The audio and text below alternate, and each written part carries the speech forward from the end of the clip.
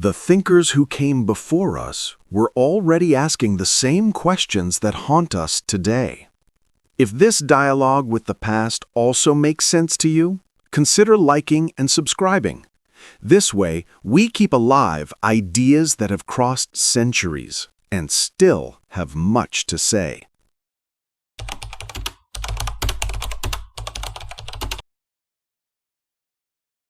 You keep saying you don't have time. But maybe that's the lie that's killing you. You have time.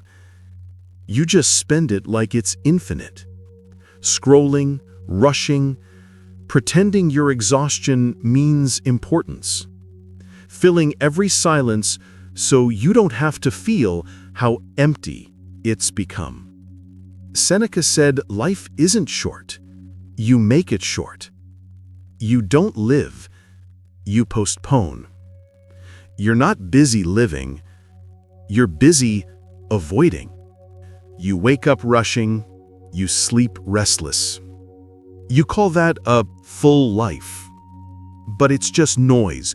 Beautiful, organized, rewarded noise. The truth?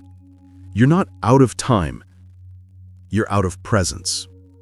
And the longer you call your distractions responsibility, the more your days will vanish, perfectly spent and completely wasted.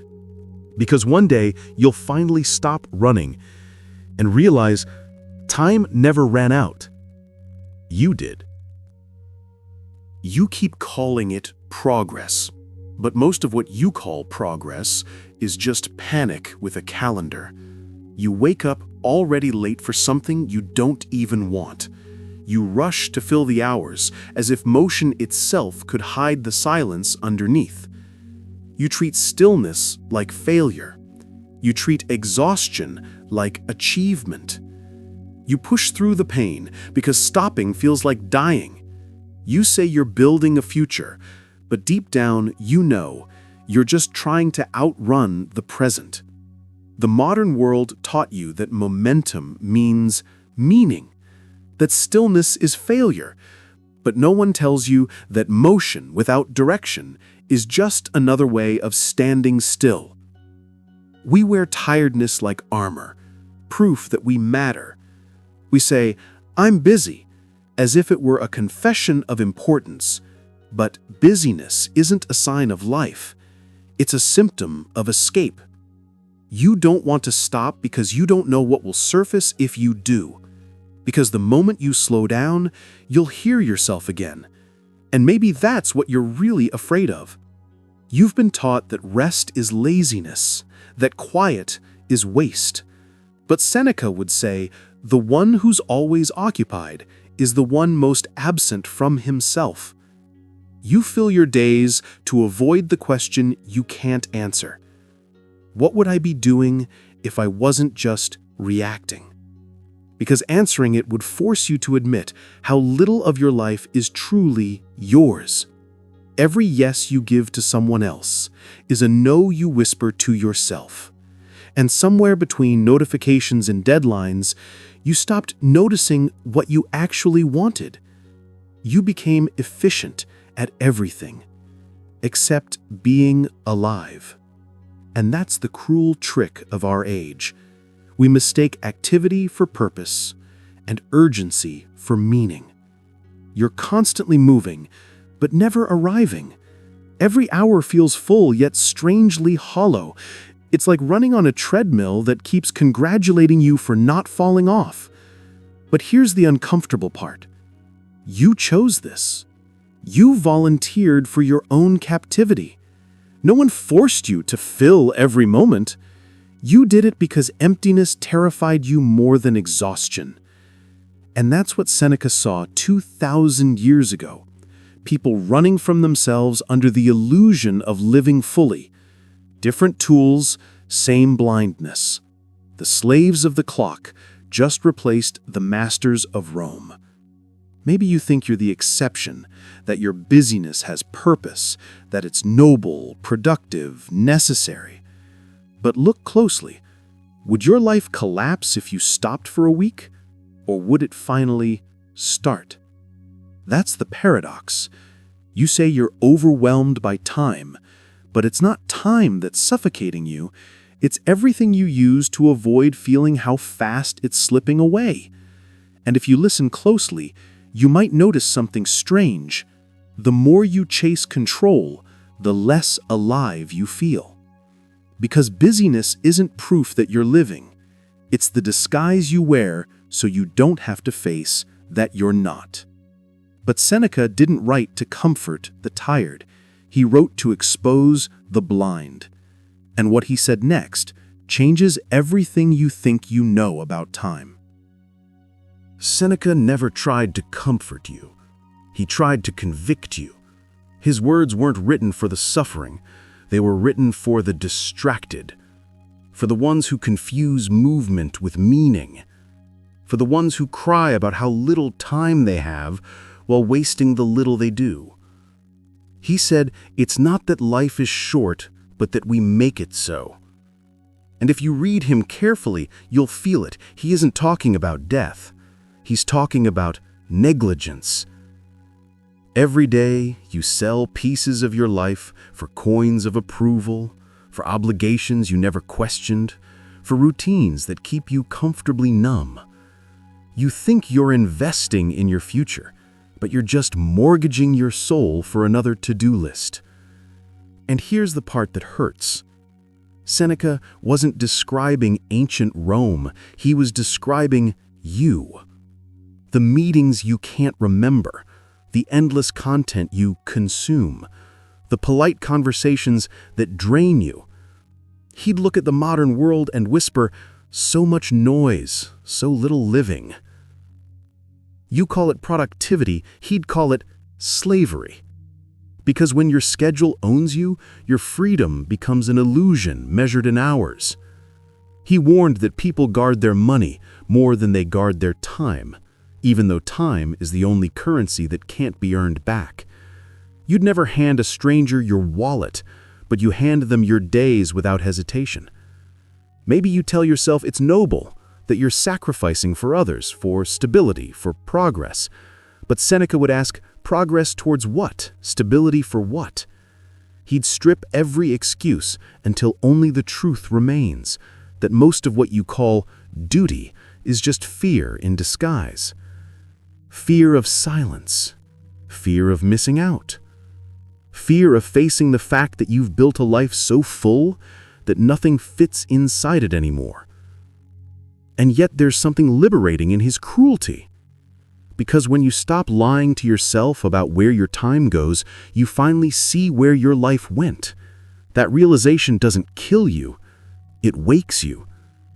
You can almost feel him standing beside you, smirking with that Roman calm, watching as you defend your busyness like a child clutching toys. He'd probably say, you'll die busy, but not alive. It's brutal, yes, but maybe that's what we need. Not another self-help sermon, but a mirror sharp enough to cut through our illusions. And if you look into that mirror long enough, you might see what Seneca really meant by living wisely, not to stretch life longer, but to inhabit it deeper. He didn't promise more time. He promised a different relationship with it, one that starts when you stop mistaking survival for existence. And maybe, just maybe, that's why you've never felt peace. Because peace doesn't come from managing time, but from surrendering the illusion that you control it. So before you scroll again, before you chase another goal, ask yourself what he'd ask. How much of today did you actually live? Because in the end, Seneca wasn't judging your schedule. He was judging your consciousness. And the moment you understand that, you'll see why distraction isn't the disease. It's the symptom of something deeper waiting to be exposed. You'll see the real fear isn't losing time. It's what surfaces when you finally stop wasting it. You call it multitasking, but it's really self-avoidance in disguise.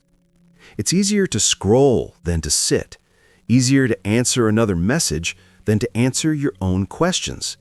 You call it engagement, productivity, even care. But all you're doing is running from the echo that follows you everywhere. The one that keeps asking, is this it? We don't fear time running out. We fear the moment it finally stops long enough for us to realize how little of it we actually lived. That's why distraction feels addictive. It promises relief from reflection. But here's the cruel part. Every time you escape yourself, you return a little smaller, a little emptier. And soon, the noise you use to hide from the void becomes the void itself. You start confusing stimulation for meaning. You start mistaking attention for love. And before you know it, you've built an entire identity out of reactions. It's not that you're losing focus, it's that focus has nowhere to land. Because when life becomes a constant scroll, nothing touches the ground long enough to take root. Seneca warned about this without ever touching a screen. He said that busyness without purpose is the worst kind of idleness, because it looks like life, but it isn't. You think you're living through your choices, but you're being lived by your impulses. You check, you refresh, you update, hoping that something new will appear that finally feels like you. But novelty is the perfect anesthetic. It keeps you awake just enough to stay asleep. And the system knows it. It doesn't need to imprison you. It only needs to keep you entertained. Because the distracted don't rebel. They scroll. Here's the secret no one tells you. Your mind isn't addicted to distraction. It's addicted to escape. It's terrified of stillness because stillness is where the truth hides. And truth always costs comfort.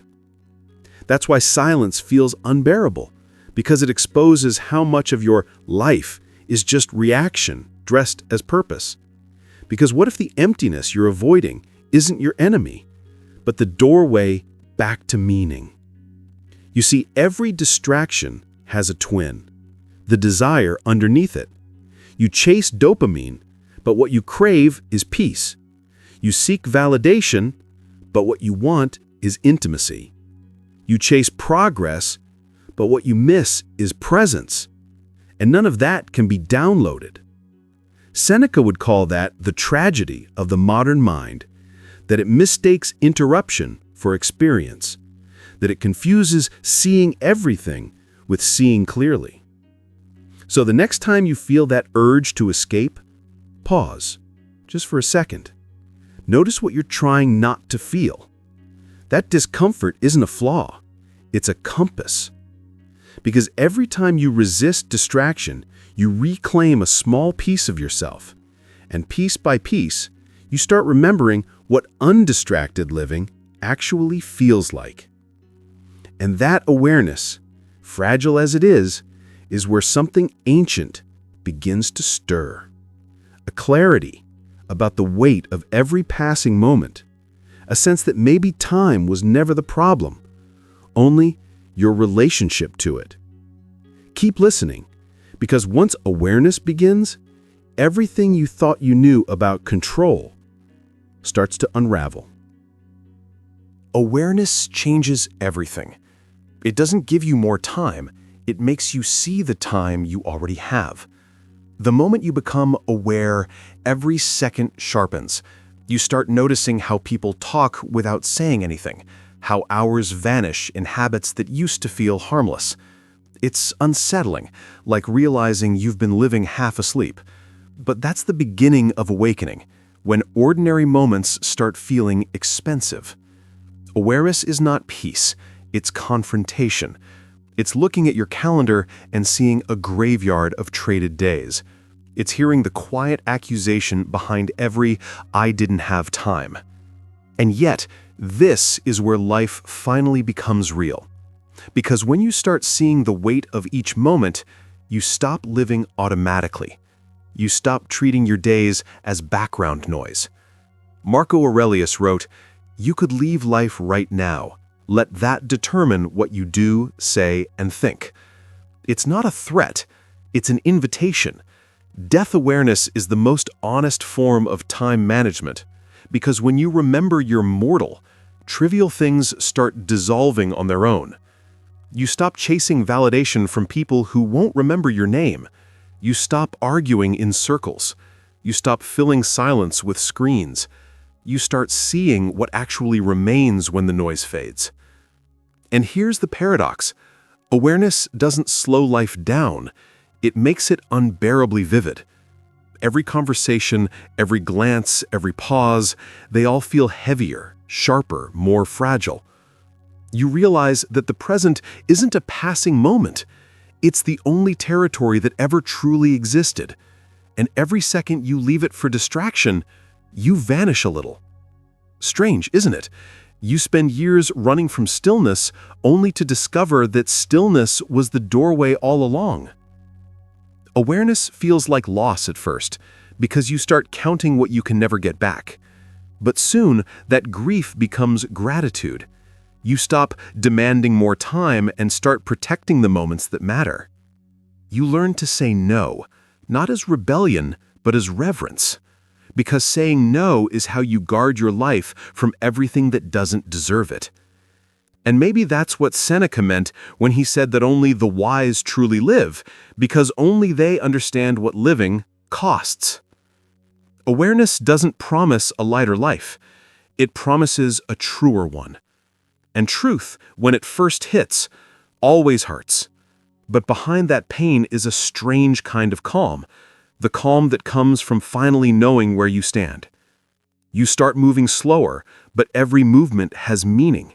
You speak less, but every word lands. You stop rushing because rushing no longer feels like progress, it feels like erasure. And here's the part most people miss. Awareness doesn't remove the chaos of the world, it just stops you from mistaking it for your reflection. You can still work, create, dream, build, but now you're doing it with time, not against it. Because when awareness enters, control leaves, and in its place, something softer begins to grow. Presence. Presence isn't calmness, it's intimacy with existence. It's feeling the seconds pass through you without trying to trap them. It's realizing that having time was never about possession, it was about participation. And once you taste that, you'll never look at a day the same way again. Because once awareness roots itself, something inside you begins to whisper, if this moment is the only one that's truly mine, then how will I live it? You've spent most of your life trying to control time. But control was never the point. Time doesn't belong to you. It moves through you. And the only part you ever truly touch is the moment that's happening now. Everything else, the future you chase, the past you replay, is a story your mind tells to avoid the truth, that life only exists in this single, fragile second. Seneca knew this. He wrote that the wise man does not hope for the future or fear it. He simply lives as if the present were eternity in disguise. And maybe that's the hardest lesson of all, that life isn't something to manage, but something to meet. You can't own time by mastering it. You own it by entering it fully, vulnerably, awake. Think about it. Every memory you treasure once looked ordinary. Every person you miss was once just someone you'd see tomorrow. And every tomorrow you were promised eventually turned into never again. That's how quietly time moves. Not like a thief in the night, but like a friend you stopped noticing while it was still sitting beside you. You keep waiting for a better season, a clearer sign, a version of yourself that finally feels ready. But time doesn't wait for readiness. It only responds to presence. And here's the paradox. You'll never feel ready to live until you start living anyway. So breathe, not as a pause, but as participation. Feel how the air enters you and leaves, the same rhythm the universe uses to count your moments. That rhythm, it's the pulse of the clock you thought had stopped. The same clock you saw at the beginning, motionless, lifeless, accusing. Now it moves again. Not because time changed, but because you did. The awareness you've built has restarted something ancient inside you. The understanding that presence isn't what happens between tasks, it's what makes life real at all. When you truly see that, something shifts. The urgency fades, not because there's more time, but because you finally see there never was less. Every moment was complete. You just weren't there to witness it. So when this video ends, don't rush to the next one. Let the silence linger. Notice the weight of these seconds and the strange peace inside them. Because this, right here, right now, is the only time you will ever own. The rest is memory or imagination. This is existence, unfiltered, unextended, enough. And maybe that's what Seneca meant when he said that life is long if you know how to use it. So if time isn't yours to keep, then the real question isn't how much do I have left? It's how much of me is actually here. Because the clock was never your enemy. It was your mirror. And it's been waiting for you to look back. If this moved something inside you, stay. We're building something for those who don't fake it. Subscribe, not just for the content, but for the confrontation. And if this left a wound, maybe it was meant to. Sometimes the best way to go deeper is to share the pain. Share it. You don't need more hours. You need honesty. Most of what you call tomorrow is just hesitation dressed as hope. And most of what you call purpose is fear wearing discipline's mask. So stop trying to stretch your days. Start listening to them.